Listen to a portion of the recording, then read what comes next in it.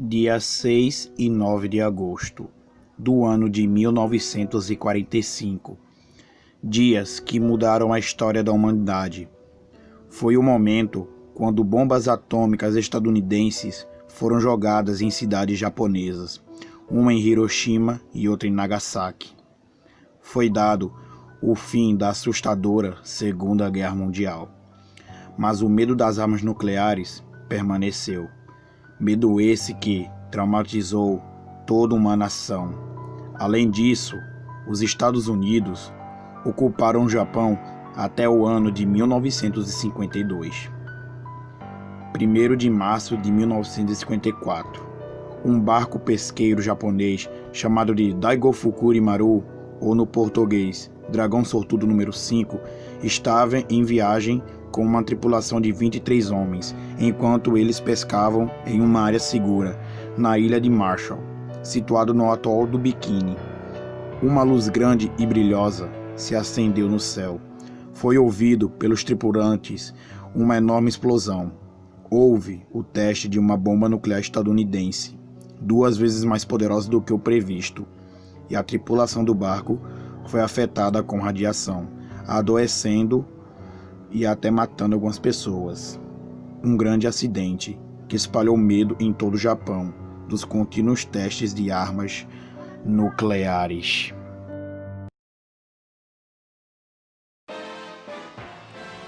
O produtor do estúdio de cinema da Toho, o senhor Tomoyuki Tanaka, leu sobre esse trágico incidente, ou acidente se vocês preferirem, e inspirou a fazer um novo filme.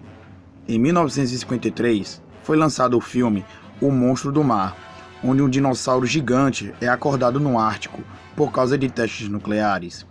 E esse tipo de filme de monstro fazia sucesso na época.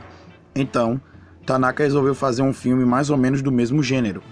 E para fazer o filme, ele contratou o roteirista Shigeru Kayama, que trabalhou em uma primeira versão da história, que foi trabalhada por Ishiro Honda e Takeo Murata na criação do script, com Honda se tornando o diretor do filme, do caso.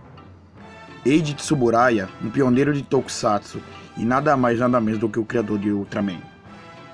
Enfim, ele cuidou dos efeitos especiais.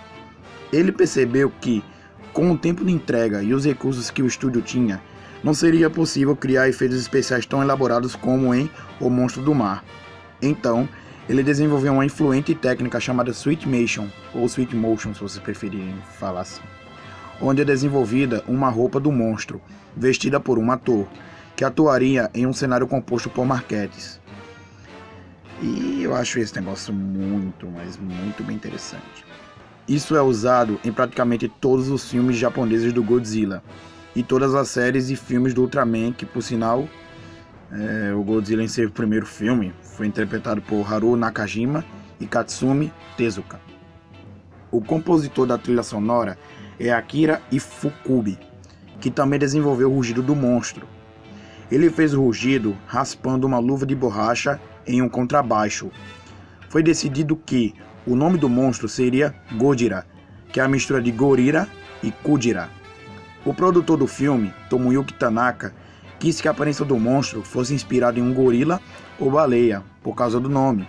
Mas depois, todos concordaram que o visual do monstro devia se parecer com os dinossauros, trabalhando com a imagem de alguns dinossauros daquela época, como o T-Rex, Iguanodon e os Stegosaurus, por causa de suas grandes espinhas nas costas. E assim, desenvolveram o visual final do monstro, que é o que nós conhecemos atualmente, e é que foi aprovado por todos.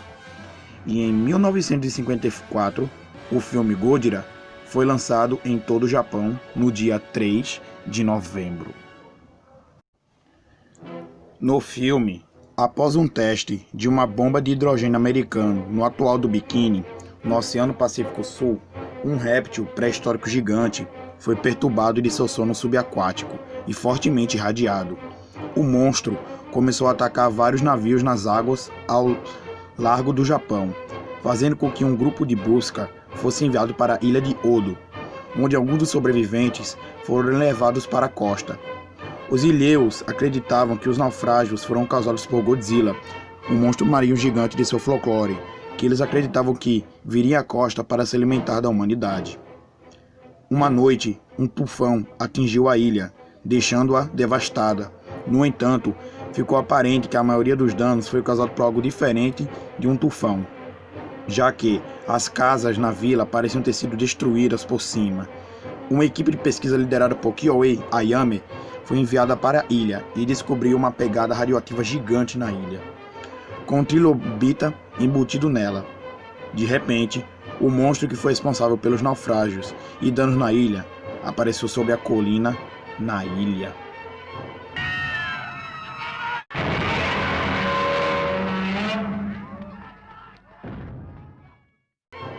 As pessoas fugiram, percebendo que a criatura tinha 50 metros de altura. De volta ao Japão, Ayame chamou a criatura de Godzilla, em homenagem ao monstro do folclore da ilha de Odo, e propôs que fosse um organismo de transição do período Jurássico, relacionado aos répteis que viviam na terra e no mar. Ayame Name acreditava que Godzilla foi exposto a um ser recente, no caso um teste da bomba H americana, daí a radiação encontrada em sua pegada, e enfatizou que o monstro deveria ser estudado para ver como ele sobreviveu até esse ponto. A JSDF, que são as Forças de Autodefesa Japonesas, enviou navios de guerra para destruir Godzilla, com cargas de profundidade, o declarando como morto. No entanto, Godzilla logo apareceu na Baía de Tóquio, completamente ileso, mergulhando o Japão e a comunidade internacional em um estado de emergência. Uma noite, Godzilla desembarcou em Tóquio, destruindo os arredores da cidade antes de retornar à Bahia. Em resposta, o exército japonês ergueu uma barreira de linhas de energia ao redor do coração de Tóquio, com 50 mil volts de eletricidade passando por eles, na esperança de interromper Godzilla. Quando Godzilla voltou até a firme, uma noite, ele rasgou os cabos de energia e os derreteu com seu feixe de calor radioativo disparado de sua boca. O exército disparou contra Godzilla com artilharia e tanques, mas suas armas não surtiram efeito. Godzilla seguiu para o centro de Tóquio, transformando a capital japonesa em um mar de chamas da noite para o dia. Com sua violência concluída, Godzilla voltou para a Bahia, onde foi atacado por caças F-86F Saber, antes de finalmente desaparecer sob as ondas. Após o ataque de Godzilla, Tóquio era um deserto inabitável, transformando em uma cratera contaminada com a radiação mortal. O governo japonês estava perdido no combate ao monstro e na prevenção de ataques futuros. O cientista Daisuke Serizawa foi abortado por sua ex-noiva Emiko Ayame e seu namorado Hideki Ogata, que pediu que ele usasse sua arma química experimental, o Oxygen Destroyer, ou o Destruidor de Oxigênio, contra Godzilla.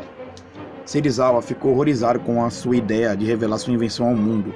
Recusou no início, mas se convenceu depois de assistir a um programa de televisão que mostrava crianças japonesas cantando uma música, orando pela paz. Serizawa queimou suas anotações do Oxygen Destroyer e o entregou ao exército. Um barco foi enviado à Baía de Tóquio, usando um contador geyser para localizar Godzilla debaixo d'água. Serizawa e Ogata vestiram roupas de mergulho para irem debaixo d'água e detonar o dispositivo. Assim que chegaram a Godzilla, que estava sentado no fundo do oceano descansando, Ogata foi puxado para a superfície enquanto Serizawa cortou sua linha e ativou o dispositivo, sacrificando sua própria vida para parar Godzilla e evitar que sua arma caísse nas mãos erradas. Depois de alguns momentos, Godzilla subiu à superfície e rugiu desafiadoramente para o barco, antes de afundar sobre as ondas para a morte.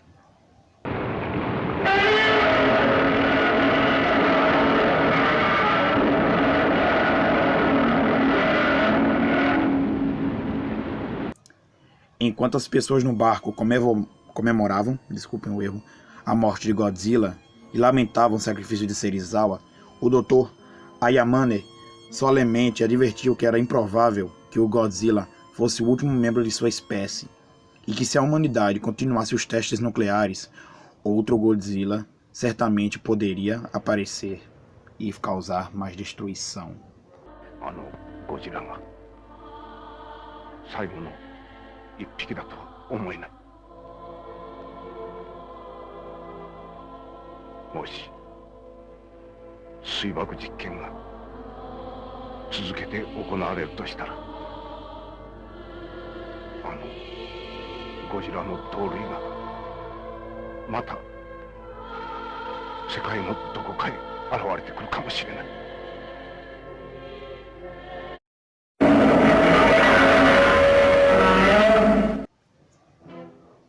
Uma das habilidades de Godzilla, do filme de 1954, é a sua lâmpada incandescente. Godzilla pode exalar uma luz incandescente radioativa poderosa, que assume a forma de uma fumaça branca, semelhante a vapor, que é quente o suficiente para derreter metal e também causar incêndios violentos que podem se espalhar por todo o quarteirão, ou quarteirões, se caso ele estiver atacando a cidade como fez em Tóquio. O Godzilla original exibiu uma imunidade ao armamento convencional, sendo virtualmente impenetrável a tudo que o exército jogava nele. Dr. Ayamane afirma que o próprio fato de Godzilla ter sobrevivido à explosão a uma explosão de bomba de hidrogênio é uma prova de sua grande durabilidade. Embora tecnicamente seja um réptil e não um anfíbio, Godzilla tem um estilo de vida anfíbio. Ele passa metade de sua vida na água e outra na terra. Godzilla é capaz de permanecer completamente submerso por longos períodos de tempo, e Kyoyayame sugeriu que ele sobreviveu por milhares de anos vivendo dentro de uma caverna subaquática profunda. A respiração atômica de Godzilla não é impedida enquanto está debaixo d'água, mostrado quando ele destrói barcos com ela enquanto está completamente submerso. Enquanto está debaixo d'água, Godzilla pode nadar ou simplesmente marchar no fundo do oceano. A fraqueza do Godzilla acaba sendo somente o Oxygen Destroyer, uma arma que continha um composto químico projetado para remover todo o oxigênio da água quando colocado em contato com ela, fazendo com que as criaturas vivas morressem de asfixia enquanto seus restos mortais eram liquefeitos pelo agora altamente corrosivo água circundante. O Oxygen Destroyer foi a primeira e de muitas maneiras única arma para derrotar Godzilla, o desintegrando completamente no filme original. Agora, algumas curiosidades para vocês. O primeiro, e por extensão o segundo peso do Godzilla, é de 20.000 toneladas métricas. Isso é considerado igual ao de 5.000 elefantes, segundo fontes. O nome Godzilla se tornou um nome popular e fixo do monstro, por causa de seu filme de 1954, que também foi lançado nos cinemas americanos, com o nome Godzilla King of Monsters. Daí vem o seu apelido de Rei dos Monstros. O rugido do Godzilla mais tarde seria alterado para o uso como o rugido de outros monstros da Era Showa, incluindo Varan, Baragon e Gorosaurus. O rugido de Godzilla pode ser escrito em caracteres legíveis, e já foi feito nos quadrinhos, e não apenas por um simples rugido. Em japonês, a onomatopeia oficial para o rugido do Godzilla é Gyaun, com O adicionais para estender mais o rugido, se é que vocês me entenderam. No final do filme, no caso no final, né? Desculpa o erro aí, do filme do Godzilla de 1954, tem duas cenas que eu sinceramente acho engraçadas, por isso que eu gaguejei, é muito engraçado essas cenas. Uma delas é quando o Godzilla parece ter se assustado com o barulho de um enorme relógio gigante que tinha em Tóquio, tendo destruído depois. E a outra cena é quando os jatos do exército estão atirando no Godzilla e ele fica batendo nos mísseis de uma forma muito engraçada, parecendo até os seres humanos como quer matar uma mosca ou um mosquito. É muito engraçado, na moral. Ah, e uma coisa que eu esqueci de citar. O Godzilla de 1954 é um personagem jogável em alguns jogos espalhados por aí, como Godzilla Unleashed e o seu jogo Godzilla de PS3 e PS4. Eu quase que tinha esquecido de falar isso pra vocês, mas agora está falado. O filme foi um sucesso no Japão e no mundo. Apesar das críticas ruins que recebeu no começo, sendo uma grande referência para monstros, tanto para Toho quanto para todo mundo, Godzilla é uma metáfora para as armas nucleares. É a fúria da natureza que se voltou contra a humanidade. Nesse filme, tudo é apresentado de uma forma séria. Godzilla não é mau. Ele foi despertado e afetado pelos testes nucleares. Da mesma forma que o atacamos, ele nos atacou. Esse filme é muito importante, tanto para o Japão quanto para a franquia do monstro, tendo o filme original sendo citado em quase todos os filmes do Rei dos Monstros. Recomendo muito vocês assistirem o filme original, mas vou logo avisando, o filme não é alegre e divertido como muitos outros filmes do Godzilla. É um filme triste e pesado. Prova disso é essa cena aqui, que quando o Godzilla está destruindo Tóquio, aparece essa família, que eu vou dispensar comentários, pois vocês irão ver essa cena agora. お父ちゃまのそばに行くのよ。ねえ、もうすぐ、お父ちゃまのところへ行くの。